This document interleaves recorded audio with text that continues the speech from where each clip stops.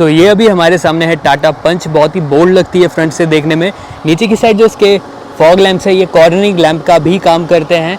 और यहाँ पे आपके साइड लुक्स दिखा दूँ तो एक डोर हैंडल इसमें नॉर्मल दिया गया है, दूसरा आपको अल्ट्रा स्टाइल में इसका डोर हैंडल देखने में मिलता है और ये पूरा 90 डिग्री ओपन डोर के साथ मिलता है। अल्फ़ा प्लेटफॉर्म पे ये डिज़ाइन किया गया है, सेम जिसमें अल्ट्रास बनाई गई है। और यहाँ भी आपको सेम वही चीज़ दिख रही होगी, 90 डिग्री डोर ओपनिंग यहाँ पे आपको मिल जाती है।